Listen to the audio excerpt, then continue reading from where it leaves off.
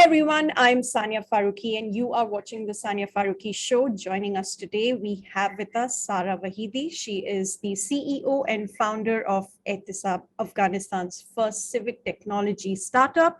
Ehtesab has been providing real-time security and city service alerts through the app to Kabul residents since June 2020 and is expanding to 3 major cities across the country by the end of 2022. She is widely recognized for innovation and human rights advocacy. Sara was named one of Time magazine's Next Generation Leaders and one of BBC's 100 Women of 2022. She is a 2022 semi-finalist for MIT Technology Review's Innovators Under 35 list for her work democratizing access to information for Afghans. Sara previously worked at the Office of the President of Afghanistan, responsible for supporting social development policy and projects across the country. Thank you so much, Sara. It is truly wonderful to have you on the Sania Farooqui Show today. Thank you so much, Sania. It's an honor. Thank you. I'm going to start by asking you, tell us a little about your app and, congratulations on your multiple accomplishments that you have, as I read through your introduction. So amazing to see that you've achieved so much through the work that you're doing. And tell us a little about how did the idea to launch this app come to you and what does it really do? How does it work? Of course. Thank you so much, first of all. The app came from a personal experience. It was something that had been dawning on me for a while about how do Afghans, specifically Kabul residents, because Kabul was a main point for attacks and fighting over the capital from all different fronts, about how people in Afghanistan, specifically in the larger cities, get information. And of course, we're a community-oriented culture, so we connect and we are able to stay in touch with each other, but there needed to be something where you could get verified, real-time, 24/7 monitored information, especially for a city that has been known for 2 decades as one which has been crippled by instability, by war. And that day came to me personally when I was walking home from work. I was at the president's office at the time. And I never was the kind of person to take, cars from the president's office. I enjoyed walking from my work to home. It was usually about a 10-15 minute walk. And I would mainly go through the city center. So the main points of urban movement, the large areas of the city, that's where I usually pass through. And just, I would say about a few minutes from turning onto my street, there was a few people running and there's a little bit of a commotion, and there was a man he was very uneasy, and he was saying, he's going to do something, his vest isn't working, he's saying something about his vest. And as I was seeing the crowd, I started to run as well because I didn't know what was going on. And as soon as I turned the corner, this huge explosion behind my back had happened. And I looked over and it was and right behind us on the main street.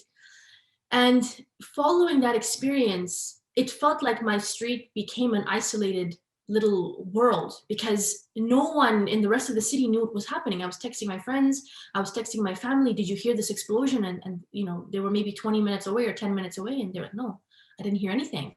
And that was the light bulb in my head, where how is it that we're all in the city, an explosion like this can happen, but no one knows about it. And by the time that it's verified, maybe other people's lives could be in danger. So this very personal experience reminded me of how isolating it can be to be in Kabul or any crisis city across the world where information is so difficult to get, trustworthy information. And the next day, right away, I was already drafting ideas of accountability, transparency, information seeking. And the first word that came to mind was hisabdoi, and a lot of other words with this hisab, the meaning of accountability, transparency, things like that. And then Ehtesab eventually came about because Ehtesab, as you know, is an Urdu word, but there are remnants of it in Dari and Pashto. So it belongs to everyone. It's not a direct word in my country. And I've been working on it ever since, on this mission of how to provide real-time, verified, trustworthy information for all Afghans. And that's been my mission since that day in 2018. you are from Afghanistan, and one can say that you grew up at a time when perhaps things were slightly better, perhaps better than what they are right now in Afghanistan. What are your comments on the various rules which are being put together, including girls not being allowed access to education all over again? We're seeing history repeating itself, and the recent one that said that all girls and women need to cover their full face in Afghanistan. How do you think this is going to be impacting lives of women in the country now?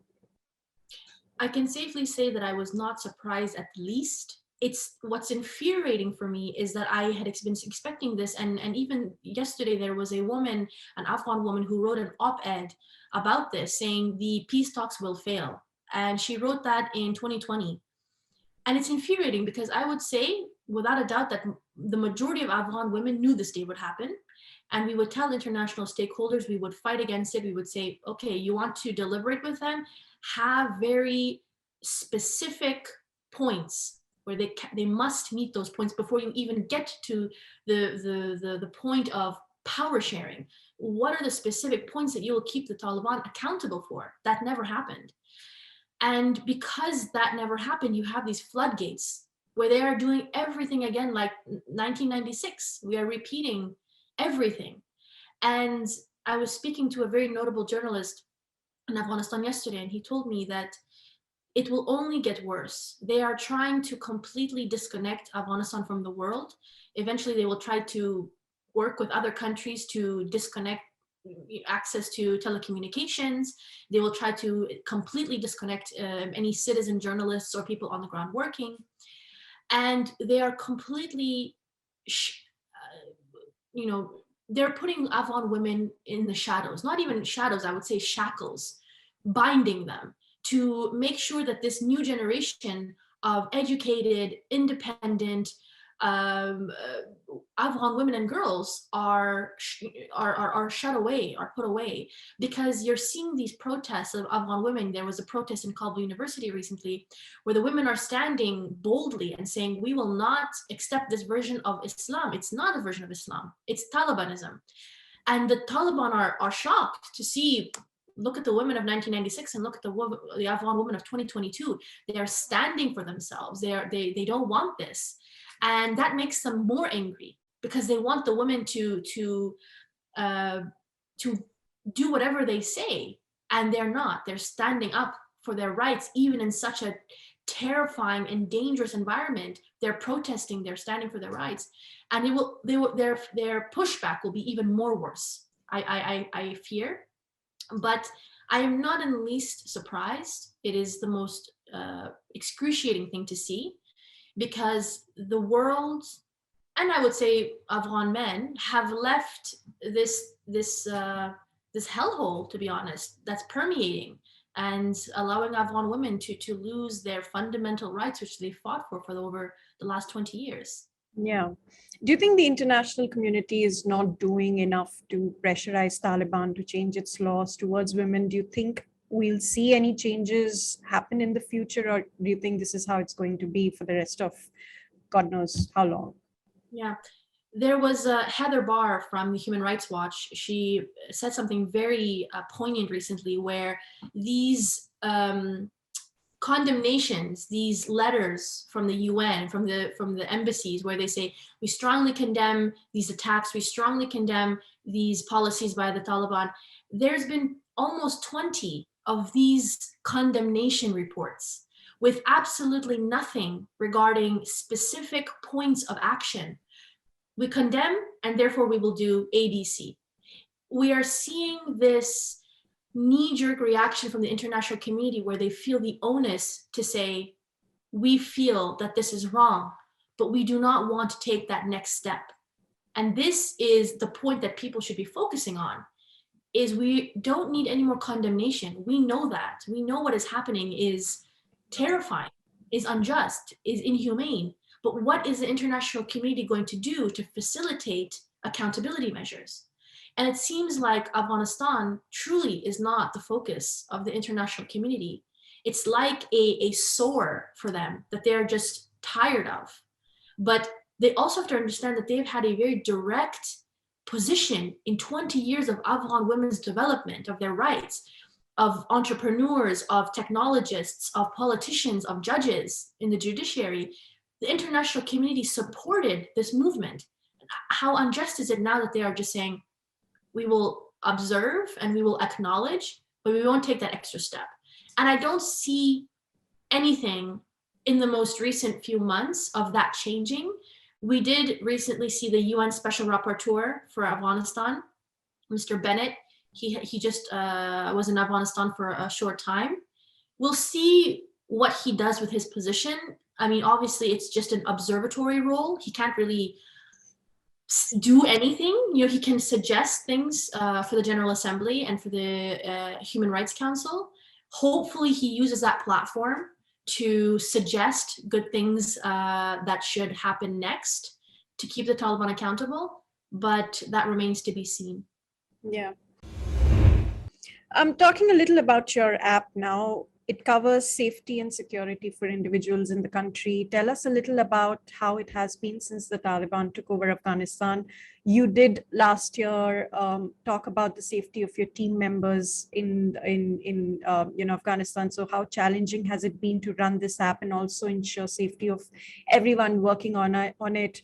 We've seen in the last couple of days when the blast took place, you were very active even on social media. We were sort of watching how the app works and how it communicates information to local citizens. So just take us through how it has been since the new formation of Taliban in Afghanistan right now.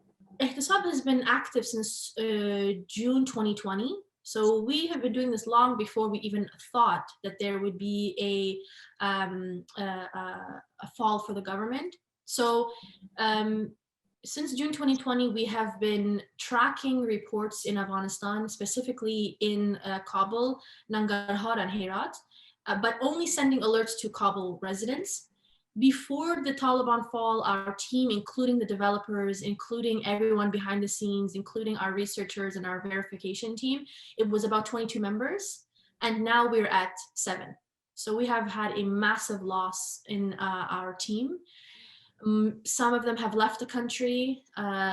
Some of them, just due to our technical investor, are unable to work on the project anymore and unable to continue building new features. So we're at 7 now, and that team of 7 verifies reports, tracks reports, looks for reports, translates them in 3 languages, and sends the alerts to the users. And we have seen two major differences. One is, like I said, the number of our team members, and 2 is how quickly we are sending alerts.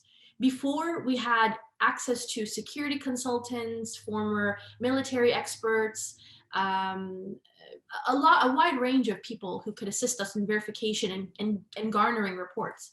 Now we have moved from, I would say, an average of 10 minutes where we could send an alert to 1 hour. So it's a huge delay for us, a huge delay, because when I first started Ehtesab, it was, okay, if an explosion like the one that I went through, that I had experienced, had happened, if something like Ehtesab existed, people who are in the surrounding areas would be informed and stay away. But they need that information quickly. That's the point. You can't send it very late. So the timing has made it difficult, but the interesting thing is, even though we have a delay, the impact level is still there, because we've had some users message us and say, well, you sent a report, you sent an alert to my phone earlier today, and it was about an explosion. And there was a following explosion in that area. So even though we were sent the alert a little bit later, that area was still unsafe. Yes. So we were still able to notify them and say, okay, this area, stay away from that area. So we have these small success stories, on a regular basis, and that keeps us going, that we're able to provide this information. And a lot of our users say it's just so nice that I don't have to go and look for this information. I don't have to go and search Twitter or Facebook and say, is this true? Oh, this guy is, a little bit biased, or this person is untrustworthy. You do the work for us. And that's what makes us feel, safe. So we're still doing it. We're still going. Just due to our funding, we're not working as much as we'd like to be working. But hopefully in the near future, we're still going to fight to keep this going. Unfortunately, it's not a priority for the international community. It's not a priority for Afghan entrepreneurs or business people. it's just a horrible thing that millions of dollars have gone to so many other projects. We're going with literally no budget, and we're able to do this impact. But until our team collectively says that we can't do this anymore, we're going to keep fighting. We're going to keep serving our users. But we're doing the best we can.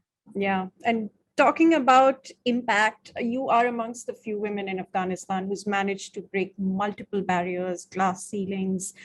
How troubling is it now that the current generation in Afghanistan is not going to be able to have similar opportunities that perhaps you had?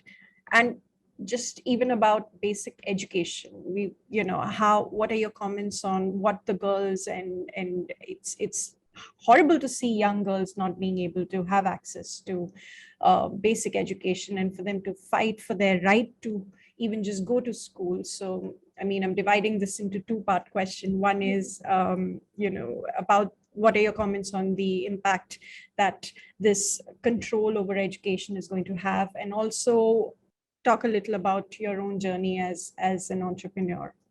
Of course. So for the first one, I feel incredibly guilty. I think most Afghan women who are out of Afghanistan or who were able to pursue education to the highest level feel a crippling sense of anxiety and guilt because of this. Of course, like every country, whether it's Pakistan or Afghanistan, education is ingrained in our psyche from the time we're born. Our parents are saying, get your education. It is extremely important. But for our countries, it's different because we have seen war, we have seen instability. So it is even more pertinent to get your education because it's a way out of this life. So for Afghan girls, they know that from the time they're born, they realize, I have to get my education. I have to work hard. So to have this taken away from them so violently and so suddenly, first with COVID and all of those delays, and now with the Taliban, it's affected the mental health of every Afghan youth, especially of the girls who have wanted more than anything to just learn and just to pursue their education. So I feel an inexplicable level of guilt to be in this position. But there are people who are looking for solutions. For example, Pashtana Durrani, who is the founder of Learn Afghanistan, she had just announced recently that they will be providing the most updated curriculum over the radio, which is fantastic because radio is accessible by all. So there's number one form of protest, number two, a possible solution. And I have been speaking with a few education platforms in Africa and in Southeast Asia about providing education through SMS texts. So there's a few of us and many others, I'm sure, that aren't on social media who are fighting against this. And I would urge everyone who can not to be passive about this, because we must respond, because there's no one else. The international community we can use as facilitators, but it has to come from Afghans themselves. We have to advocate and fight for Afghan girls and women to pursue education and pursue their rights. So it has to come from us. But the international community can facilitate that process, like Pashtana Jan is doing with Radio Free Press. So there are ways that you can approach, but I think it's devastating for all of us, especially with myself, where I've had the privilege to be able to study in the US. There's not a day when I'm not thinking about how grateful I am and how lucky I am to be able to pursue my education. But for my own journey, I have had a very unorthodox journey, I would say. I've had periods of studying and then I've had periods of working. I've always liked to have my feet and my hands in many different things at once. I love to learn while I work. And I would say that my personal experiences, my lived experiences, are how I approach innovation. I've never been interested in money making. That's why I'm very careful about using the word entrepreneur, because I see it in a way that's not about money making, because it's never been my interest. But at the same time, I'm not an activist in the sense that I'm only focusing on the more emotional aspects. I want to be very strategic with the way that I approach solutions, and that can be seen entrepreneurial or through an innovation lens, because I've never been political. I don't care about the Taliban, and I don't care about whatever government comes forth. For me, it's about approaching things from the lived experience of an Afghan and what do they need, but also being very innovative with that process. So I think that that's what's helped me, number one, gain the trust of our user base, but also that whenever I decide to build other things in the future, I already have the trust of my users, and the users that will come forth. So I would say that it's been a very abnormal and a very irregular process with the way that I have pursued my journey as an entrepreneur. But I would say that it couldn't have been any other way. I think if I had followed the very archetypal journey, I wouldn't be here today. So I'm very happy for all of these crazy experiences that have led to where I am now. But I always tell young innovators not to be worried about irregular movement in their journeys. It's okay. It's a part of the process. So I'm very lucky about how it turned out. Amazing. My last question, what would your message be for the girls in Afghanistan today? What would you want to tell them? What would you, whether it is for their fight towards their right to education, right to wear what they want, right to exist, not be invisible, not be made or forced to be invisible. We've seen the women, we've seen the journalists fight extremely bravely, and it's very inspiring to see how the fight has been coming from the women in Afghanistan. But if they're watching this episode today, what would you want to tell them as a young Afghan woman yourself? I would tell them that there are those who have never stopped thinking about you and your future. We have had the privilege to pursue our education wherever in the world we have been as Afghan women, and we understand that privilege and we understand how impactful it has been to our lives. But there are a few of us who do not care about the money, who do not care about anything else but to ensure that Afghan women and Afghan girls are back to where they have a fundamental right to be, which is in the classroom, in the workspace, wherever they desire. We are working as hard as we can. There are leaders very silently leading activism, leading change. And there are a few who will not ever turn a blind eye on Afghanistan. And whatever we can do, we will do on our part. On their part, I would say that the most impactful forms of activism and change happen in very small ways. And for them to trust themselves that in whichever way they decide to stand against the Taliban, it will make change. It just requires one drop of sand, one speck of sand to culminate and to bring about change. So it doesn't have to be something big. Small acts, reverberate and become impactful change. So whatever they believe they can do, which they feel comfortable in doing so, they should do that. And whatever they will do, we will support that. However we can, we will support. But to feel comfortable in pursuing whatever form of change and whatever form of activism they want to fight for their rights. This is their right. And no one can impress that upon them. It has to be from Afghan women and girls themselves. But there needs to be a facilitation process. We cannot leave them alone. We will not leave them by themselves. And we will be there for them. And like I said, whenever I have friends and parts of my network who require assistance when it comes to education in Afghanistan, I've always told them that whatever I'm doing, I will leave it and I will support you. And there are many like myself who will leave everything and focus on this. So they're not alone, but it needs to start from them. And if it's even the smallest act, it will lead to impactful change. So it has to be a collective effort, and we won't leave them alone. All right.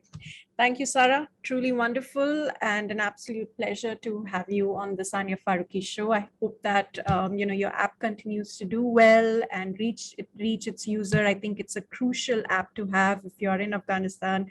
And I hope everything works out for you. And thank you again so much for coming on the show today. Thank you so much, Sania. It's been an absolute pleasure. Thank you. Thank you. And for those of you who've tuned in, thank you so much for watching. I hope you will subscribe to our YouTube channel and follow us on social media platforms such as Twitter, Facebook, Spotify, and Instagram. I'm going to see you again next week, so stay tuned.